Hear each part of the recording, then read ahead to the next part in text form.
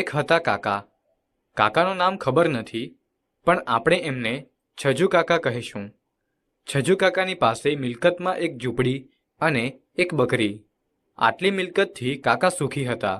કહેતા, આટલું એ કેટલાની પાસે છે? બકરી, તું દૂધ દે. કાકી, તું લીલુંછમ ખાવાનું દે. લીલુંછમ ખાવાનું તો નથી. તો દૂધ પણ નથી. એક દિવસ કાકા બકરીને લઈને ઘરમાંથી નીકળ્યા. કાકાના હાથમાંથી દોરડું છોડાવી એ નાઠી. પાસે જ શેઠના બગીચાની કાંટાળી વાડના છીંડામાં થઈને બકરી જઈ શકી, પણ કાકાથી જઈ શકાયું નહીં. મારી બકરી અંદર ઘૂસી ગઈ છે, એને બહાર કાઢો. ઘૂસી ગઈ છે કે ઘુસાડી છે? બદમાશી કરીને પાછો સફાઈ કરવા આવ્યો છે કેમ? એણે કાકાને અંદર ઘૂસવા દીધા નહીં અને ડાંગ લઈ બકરીની પાછળ પડ્યો. જાણે બકરીના માથામાં જોરથી ડાંગ ફટકારી. બે બે કરીને ચીસ પાડી બકરી ત્યાં જ લાંબી લસ થઈ ગઈ. લઈ જા તારી બકરી. બકરીને મરેલી જોઈ છજુ કાકાની આંખમાં આંસુ આવી ગયા.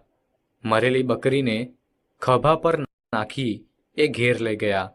કાકી પણ ખૂબ રોઈ. જાઓ, માળીની સામે શેઠને ફરિયાદ કરો.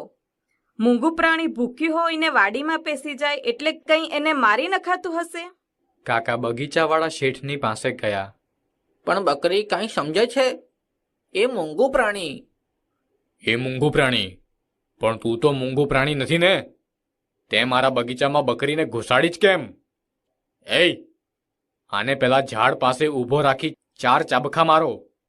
ચારે બાજુથી નોકરોએ દોડી આવી કાકાને પકડ્યા ને ઝાડ હેઠળ ઊભા રાખી એમને 4 ચાબખા ચોડી દીધા.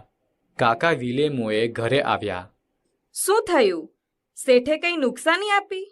નુકસાનીમાં મને 4 ચાબખા ફટકાર્યા. જો આ. હું આ નહીં જોઈ રહું. તો શું કરશે? આપણે રાજાને ફરિયાદ કરીશું. રાજાને ફરિયાદ કરવી હોય તો અરજી લખવી પડે. તો અરજી લખીશું. મને કે તને ક્યાં લખતા આવડે છે? તોય લખીશું. કાકા નવાઈ પામી જોઈ રહ્યા. ઘરમાં એક લાકડાનું પાટિયું પડ્યું હતું. કાકી એ લઈ આવ્યા. છરી વડે પાટિયાની સપાટીને ઘસી ઘસીને એને સુવાળી બનાવી.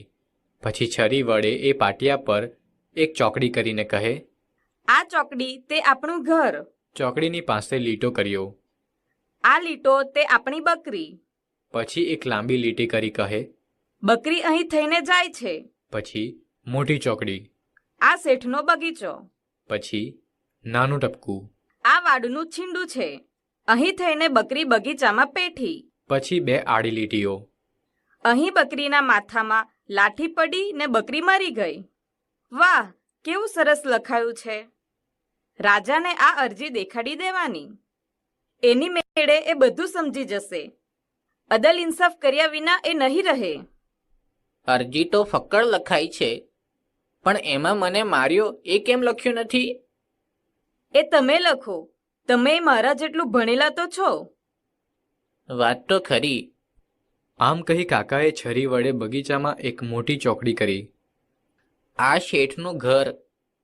પછી મીંડું કરી કહે, અહીં શેઠિયો બેઠો છે. પછી બીજું મીંડું કરી કહે, આ ઝાડ છે, અહીં મને ઊભો રાખ્યો છે. પછી મીંડા ઉપર 4 ઘસરકા કરી કહે, આ મને 4 ચાબખા માર્યા છે. બિલકુલ બરાબર. જેવી અરજી લખવી જોઈએ તેવી જ લખાઈ છે. હવે તમે આ લઈને રાજાના દરબારમાં જાઓ. કાકીએ પાટિયામાં કાણું પાડી તેમાં લાંબી દોરી પરોવી. દોરી કાકાના ગળામાં નાખી. છજુ કાકા રાજાને અરજી કરવા ચાલ્યા. વાટ લાંબી હતી. મંદિર પાસે પૂજારી ઊભો હતો.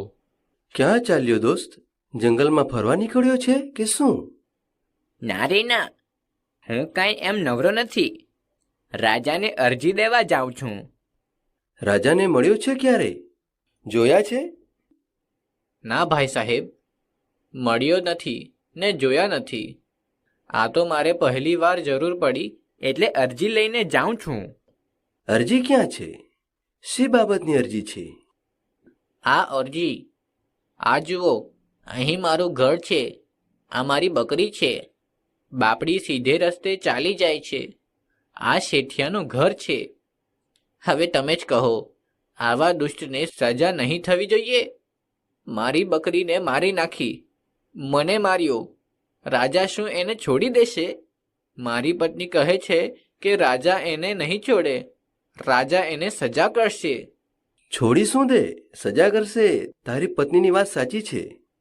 બસ તે એટલા વાસ્તે હું આ અરજી લઈને રાજા પાસે જાઉં છું.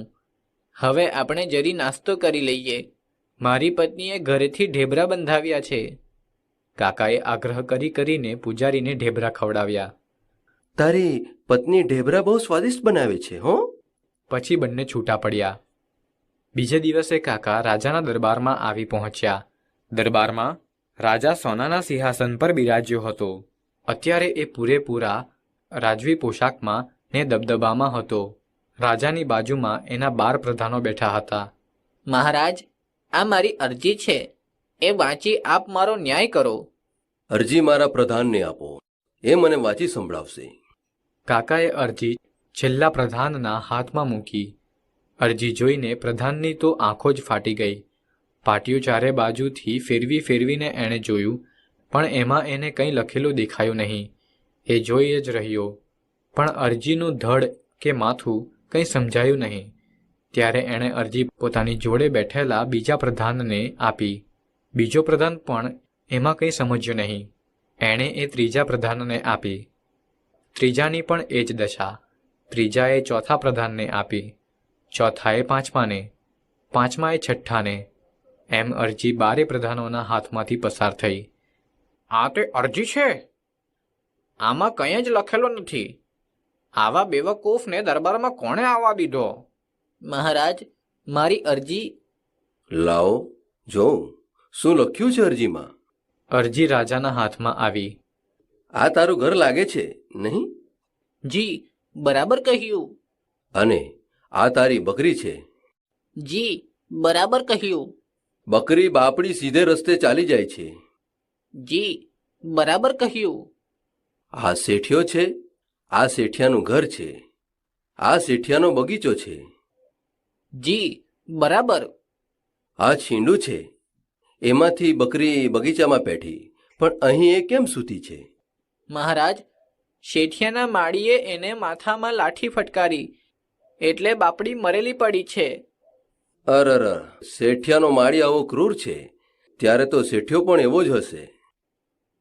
જી, બરાબર કહ્યું. અહીં આ ઝાડ નીચે કોણ ઊભું છે? કાકા, તમે તો નથી ને? હું જ છું મહારાજ.